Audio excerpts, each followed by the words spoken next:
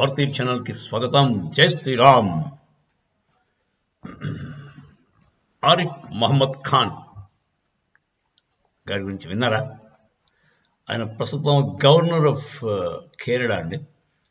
కానీ గొప్ప మేధావి, థింకర్, మంచి రాత రాస్తాడు అతను, రచయిత. తర్వాత చాలా లాంగ్వేజ్ అంటే సంస్కృతం కూడా కొంచెం నేర్చుకుంటున్నారు ఆయన.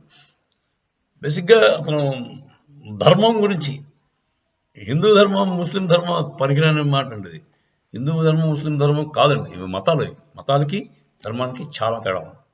ధర్మం మీద అతను చాలా రీసెర్చ్ చేశాడు. ధర్మం అంటే ఒక మనిషి యొక్క ధర్మం. ఒక మనిషి ధర్మం 3 రకాలు ఉంటుంది. వాళ్ళ తల్లిదండ్రుల పట్ల చూపించే పుత్రధర్మం,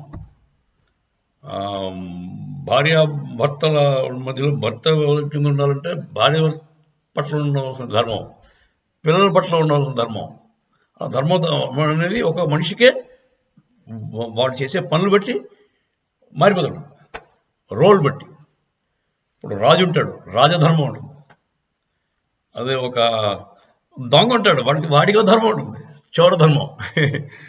సో ధర్మం అన్నది మతం కాదండి. ధర్మం అన్నది ఒక మనిషికి వాడి నడవడికని ఎలా ఉండాలో చెప్పేది ధర్మం. అదండి. ఈ ధర్మం గురించి ఆయన చాలా విశిష్టంగా రీసెర్చ్ చేశాడు. తర్వాత ఈయన బీజేపీలో ప్రస్తుతం ఉన్నారు, కానీ ఒకప్పుడు కాంగ్రెస్ మనిషి. ఆయన చిన్నప్పుడు 38వ ఏట కాంగ్రెస్లో 1986, 40 కూడా రాలేదండి అప్పటికి. 86లో రాజీవ్ గాంధీ గారి గవర్నమెంట్లో ఉన్నప్పుడు ఆయన రాజీనామా చేశారండి. కాంగ్రెస్లోంచి బెడవేశారు. ఎందువల్ల అంటే అప్పుడు షాబాను కేసు అని ఒకటి అయిందండి. షాబాను అంటే ఒక ఆవిడ, షాబాను అనే ఆవిడకి విడాకులు ఇచ్చారు. కాకపోతే ముస్లిం లా ప్రకారం విడాకులతో డబ్బులే ఉండవండి.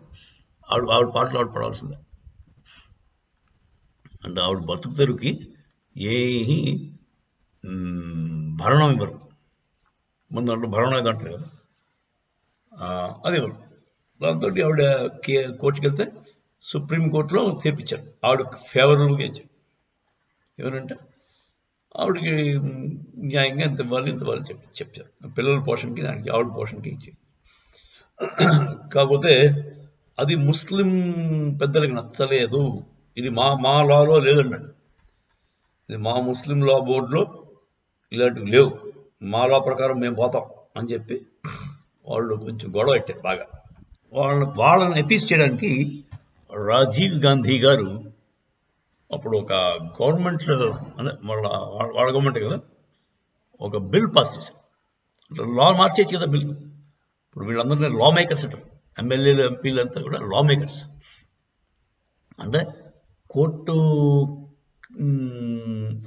ప్రస్తుతం లా ప్రకారం తీర్పిస్తే దాన్ని మార్చే అధికారం వీళ్ళకు ఉంది.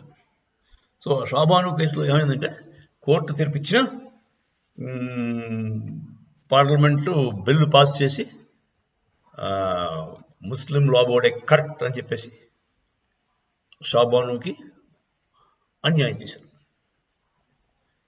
అది సహించలేక 86లో మన ఆరిఫ్ మహమ్మద్ ఖాన్ గారు, చిన్న కుర్రాడు, 40 years లోపు,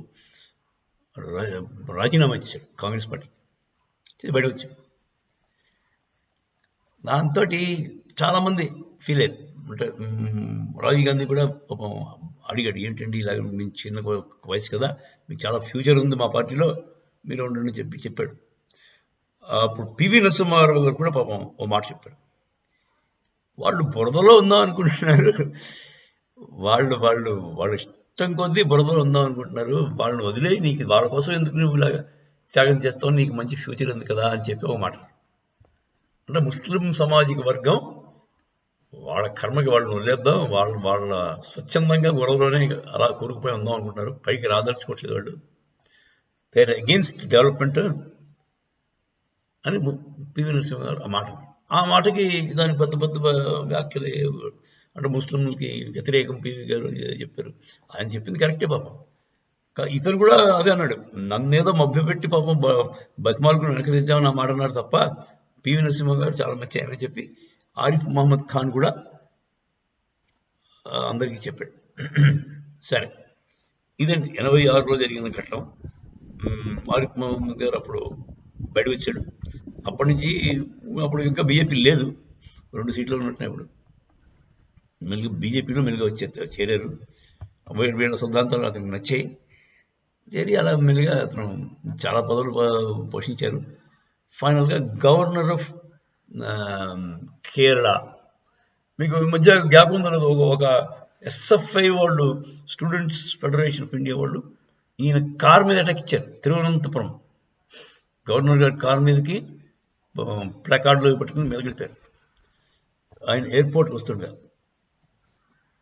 అది నేను same Arif Mohammed Khan, great man. ఆయన ఇంటర్వ్యూస్ చాలా బాగా చేస్తుంటారు, మంచి వోకల్గా ఉంటారు, అంత బాగా మంచి వక్త. ఆయన మాట్లాడితే మరి తిరిగి ఉండదు. వీలైతే మీకు క్లిప్పింగ్స్ అది పెడతాను నెక్స్ట్ టైం. విందురుగా ఆరిఫ్ మహమ్మద్ ఖాన్, గ్రేట్ స్కాలర్, మహా మేధావి. ఆయన గురించి తెలుసుకోవాల్సిన విషయం అవసరం ఎంతైనా ఉంది. జై శ్రీరామ్.